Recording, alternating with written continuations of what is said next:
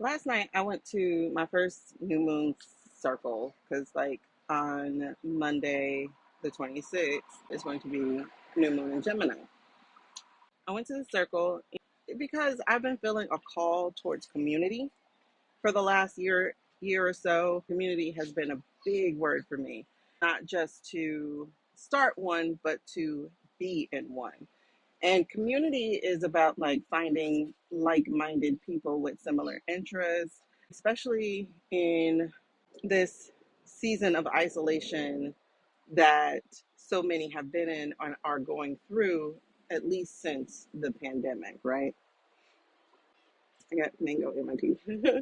So, anyway, get in community because as much as this is a season of isolation, it is also one in which you will find your strength and community. Now, I don't mean join a group just because you want to belong to something.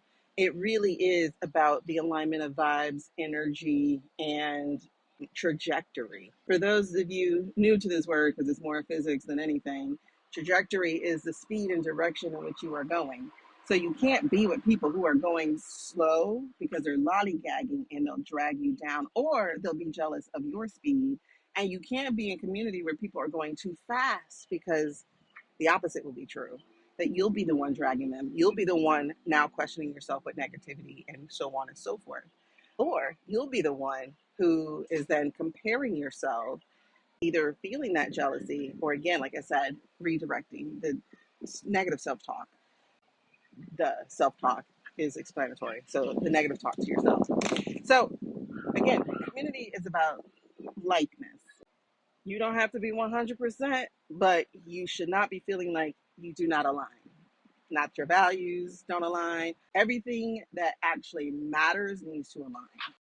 So last night there is this shop that hosted a new moon cycle meetup, so to speak. In it, we did meditation, we had journaling. I think my AirPods just died, so hopefully you can still hear me. It was interesting. It was very peaceful, very relaxing. We had meditation. She did some kind of sound bath therapy thingy in the last part of it. And then we had the journaling pages. We also had some sharing because the new moon in Gemini is about embracing something different than what you've been told, unlearning, letting go of things that no longer serve you.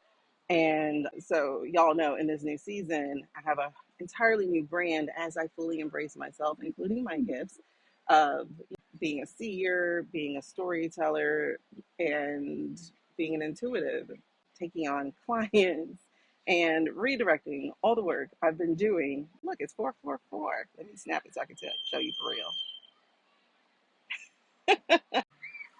And the time on the phone was 333. I hope y'all saw that too. Just totally aligned, right? Oh my God.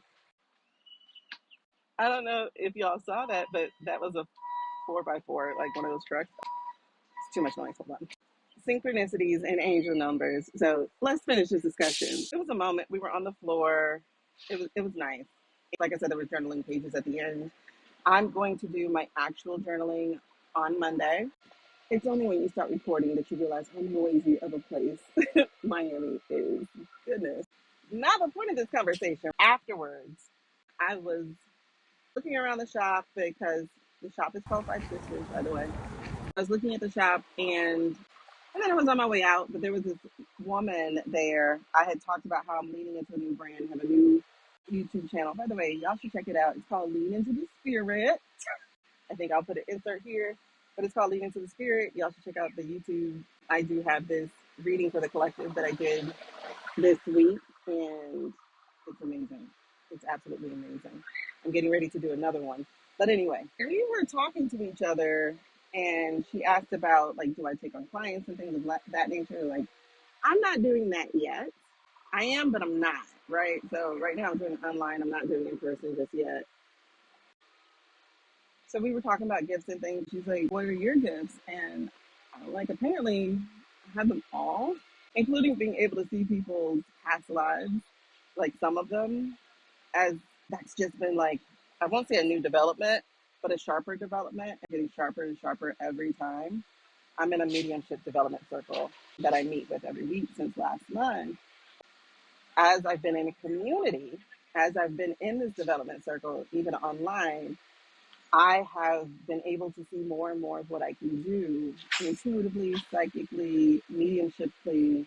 Me and mediumship, I swear, every time after we do them exercises, I am like, I'll be so sweaty because I'm so nervous. It's like, I don't want to get it wrong. And I don't get it wrong. I've got to learn how to trust myself. That's been this journey of like, trust yourself, trust what you get, trust what you see, trust what you hear. Anyway, that was actually the message for her. So as we were talking, she's like, so what are you doing, whatever. And then I asked her, I was like, do you hear? Do you hear spirits? Do you hear voices? She said, no, I don't. I'm like, you do? She's like, no, I actually like see more. I was like, really? I'm getting that you hear and that you actually need to start listening.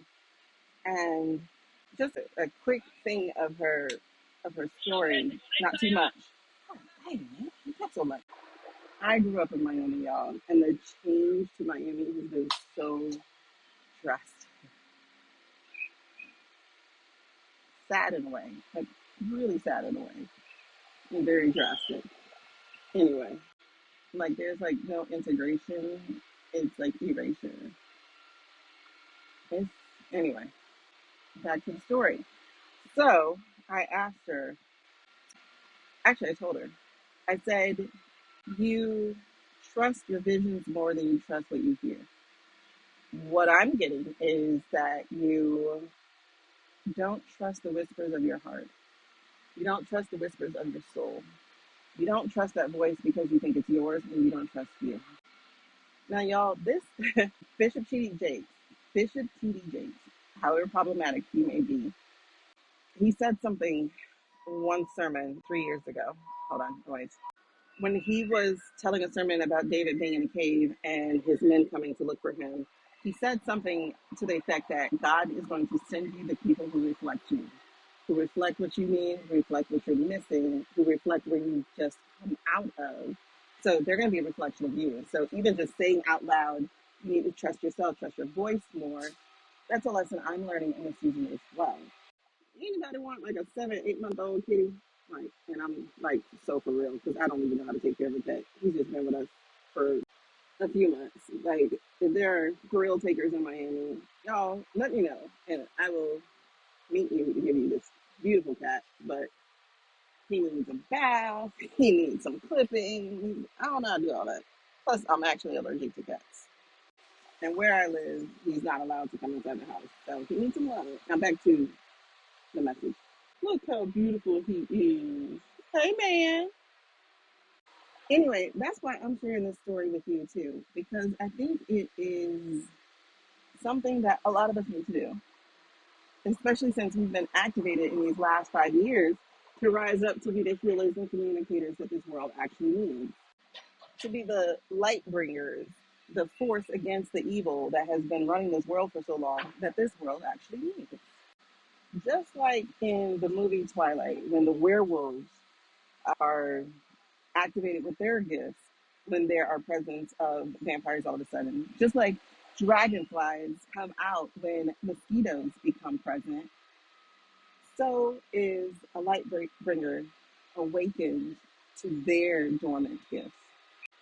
But you got to trust the voice within you. Again, by listening. And the best way to do that is to journal. Anyway, that's all.